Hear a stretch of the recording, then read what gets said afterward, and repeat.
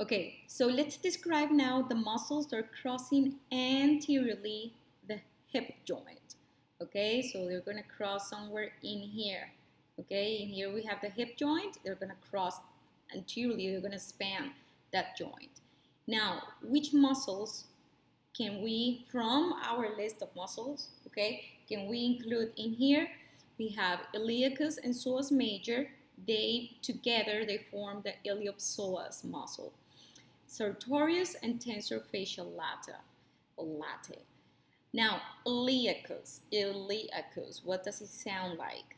Yes, like it originates in the iliac fossa, and it's right there, okay? This muscle originates right here in the iliac fossa and posteriorly in part of the sacrum. We cannot see it here, it's covered, but it's all of this, okay? And from there, like at this level, we have the femur. Here is the greater trochanter. Oh my god, I'm so bad drawing. But something, well, and this is the head of the humerus. So, got it? So greater trochanter, the lesser trochanter, the head of the femur. I said humerus, femur. So iliacus originates in the iliac fossa and inserts right here in the lesser trochanter. Same thing, well, it's more anterior actually, it's like about here. Same thing with the iliopsoas. This one originates, can you see this? What is this? It's the last rib, right? So originates on the last thoracic vertebrae in 212 and all the lumbar vertebrae from L1 to L5. So in here in the spinous, in the transverse processes, on the disc, on the bodies, on all of those parts of the vertebrae, the thing is that from there, it goes and inserts, it's this muscle in here, it goes and inserts also in the lesser trochanter of the femur. So they're both crossing anteriorly the hip joint, but they start at the vertebral column. So actions, yes, this one is obvious, right? You can flex the thigh at the hip, right?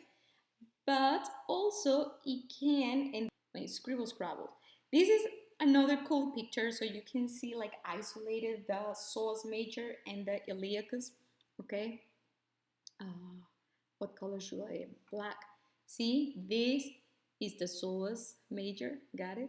So from T12 and L1 to all the way to L5, from there to look at the lesser trochanter.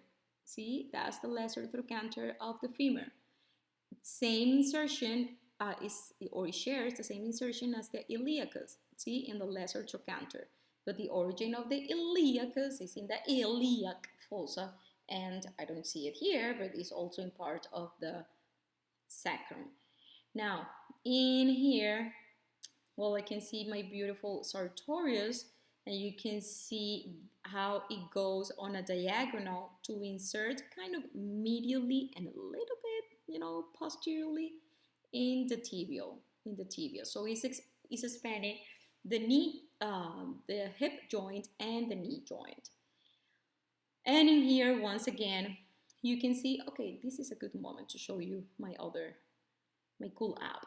Here you can see the psoas major, the iliacus, right in here. I think we saw that. They're forming the posterior wall of the abdomen. We're going there. This is the tensor fascial latae. And well, we don't have the Sartorius, but it originates right here in the anterior and superior iliac spine, and from there it crosses to right here where the gracilis is, in here, in the medial aspect of the tibia. Now, let me show you really fast this, already my muscle man guy, right? Well, cannot put it in. Now, let's go maybe right here. I'm going to remove layers of muscles. I removed the external oblique, the internal oblique, the transversus abdominis, rectus abdominis, the transversus abdominis. Now I'm inside.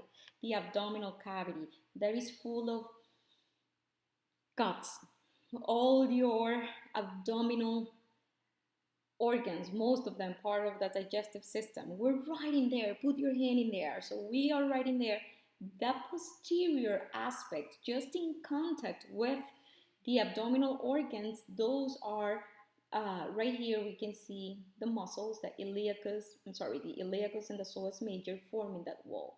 So the abdominal cavity, let's say, is lined, I don't know, the innermost wall of that cavity, the one that the organs, I mean, if I'm the large intestine or the small intestine, I can poke and touch in the front, the transversus abdominis, but in the back, the psoas major and the iliacus.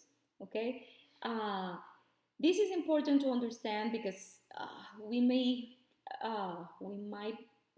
link this to your lecture classes when we describe visceral pain. You know, the viscera usually, you know, when they hurt, they're irritated, they create this dull pain, very hard to precise the location. I don't know, it hurts in here. When you have a, you know, a belly ache, you know, it hurts in there. But if that inflammation is bad enough that it breaks a little bit the organ or part of the fluid falls into the abdominal cavity, it will irritate these muscles. And these muscles are soma, are the somatic portion of our body, right? And so when they irritate those muscles is when you can say, oh, yes, it's right in here with your finger. You can touch. And that's the somatic pain, different from the visceral pain. Always taking the opportunity to explain different topics of the same thing. So, see you. Wait. Before seeing you, let me add layers here of your thighs to show you the Sartorius.